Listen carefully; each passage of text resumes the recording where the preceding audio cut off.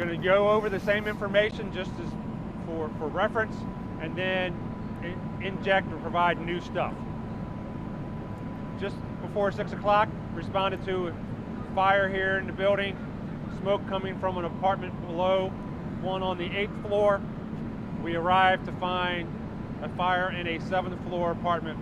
Significant smoke conditions on the 7th floor, as well as other floors here in this building. This is a 15-story building.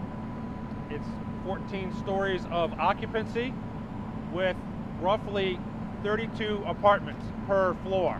So each wing has 16 apartments on this building, 8750. We have a fire that was contained in a apartment on the 7th floor. Smoke conditions throughout the 7th floor and several floors both above and below. During the event, we transported 10 civilians, residents from the building, and a 7 additional self-transported or self-reported to local hospitals with a range of injuries. So the number remains the same, 10 transported, total of 17 from the building, residents. That number includes several that are critical and several that have a non-critical injuries, some of which have already been discharged from those local hospitals. 3 firefighters were injured and were transported and sought medical attention, and also have been discharged, 3 firefighters.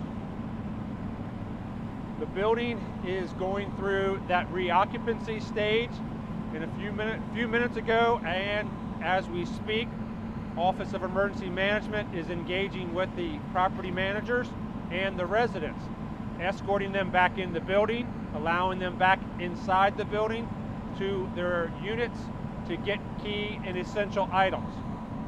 At the point, we have a team of county agencies here: Department of Permitting Services, Department of Housing and Community Affairs, Department of County Police, Office of Emergency Management and Homeland Security, as well as Fire Rescue Service.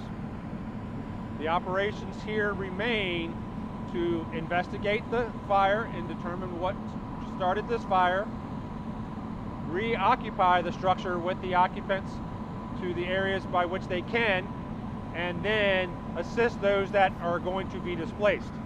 Let's talk about the displaced. Coalfield Recreation Center off of Littonsville is being opened and will be the shelter location for those that need shelter overnight. The exact number of units that are going to be displaced is still being finalized. That's the team from Permitting Services and Housing and Community Affairs that are here, and they will make that final determination, but it will be extensive. Like I said, there's about 450 apartments in this building between the 2 towers, about 225 apartments in each building itself, 16 per floor, per wing. So we could be talking to the number of, a little over 100 to 200 units that may be displaced this evening until property management can get the soot and smoke stabilized, as well as the water damage, and then get some of these residents back into their structure. A question from before was, were there any aerial rescues?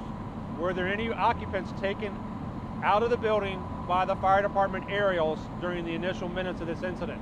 That answer is no.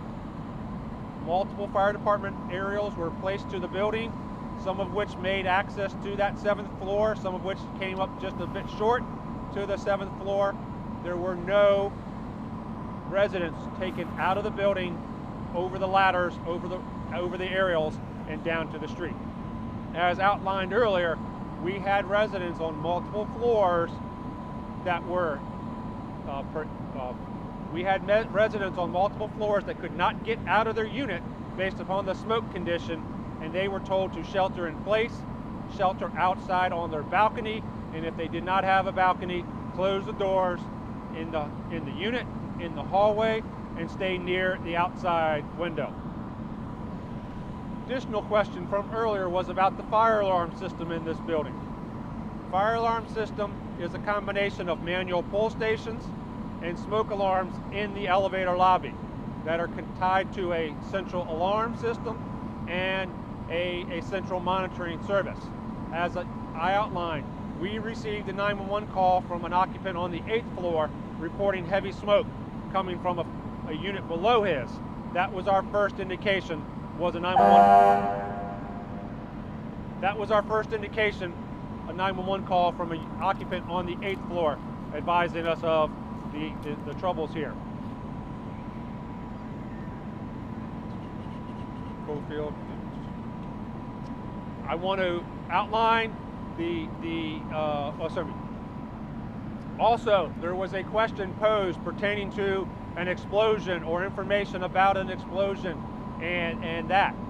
Yes, indeed, we have seen that video provided by several residents of the fire conditions from, I'm going to say, across the courtyard. And yes, indeed, that has been used by our investigators. It is a situation that we believe could be related to an aerosol can inside the apartment. So what type of aerosol cans? You could have spray fragrance, air fresheners, you could have bug spray, any type of pressurized spray can, when it does overheat, could create a circumstance like that. That is information we're working on, but our fire investigators are still here actively working to determine an origin in the unit of question. With that, I will pause and then start with questions on my left this time, and then working around. If anybody. Okay. I picked on Derek earlier, so I'm going to start on this side. So I think that's pretty comprehensive. I am curious, you got a 911 call identifying the 7th floor. Do residents typically help your team when they go in to try to identify the origin of a fire in a big building like this? So, indeed, when you get that 911 call for smoke coming from a unit below something on the 8th floor, and then when you arrive here at 6 o'clock on a Saturday morning, you're getting information of a fire on the 7th floor. That's what the residents were telling our personnel. This building has 3 stairwells, okay, one in the center and one on each wing. As our crews were going up the stairs, residents are coming down the stairs trying to exit the building. That's a lot of space, or excuse me, a lot of people in a small space. Additionally, the smoke conditions on the 7th floor as well as others were reported to be completely pitch black all the way to the floor. And that is a problem to the occupants, which is why those residents were unable to get out of their units, and we said shelter in place. And it challenges the fire crews to find the right apartment in those conditions.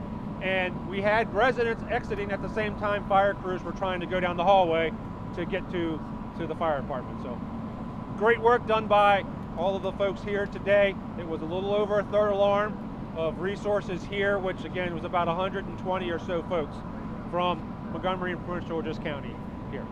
Can you share anything more about the resident injuries? Were these related to the evacuation, or are they smoke, or? It's too early.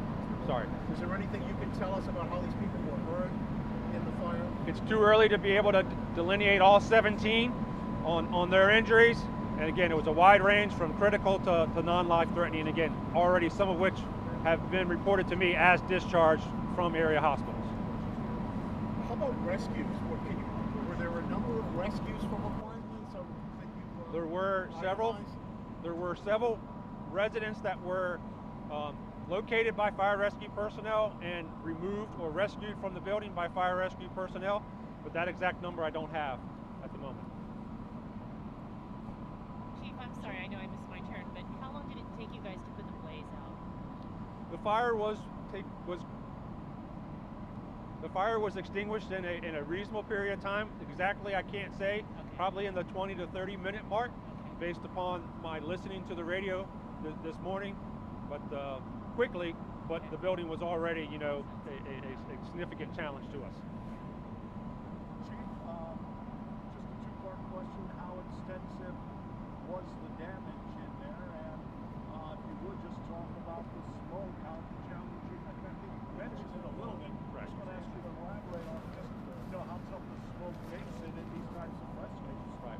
So smoke inhalation and smoke is the major cause of injuries in house fires or residential fires is smoke. The damage is a combination of water damage in the A building from that 7th floor down.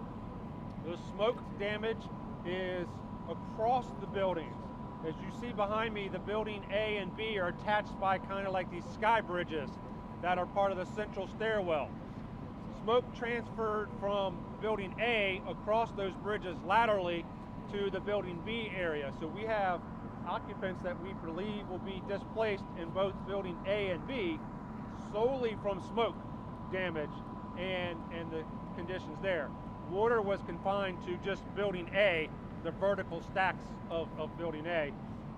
But with 16 units per floor and 14 floors of occupancy, you know, that number in upon itself in each building is a little over 200 apartment units.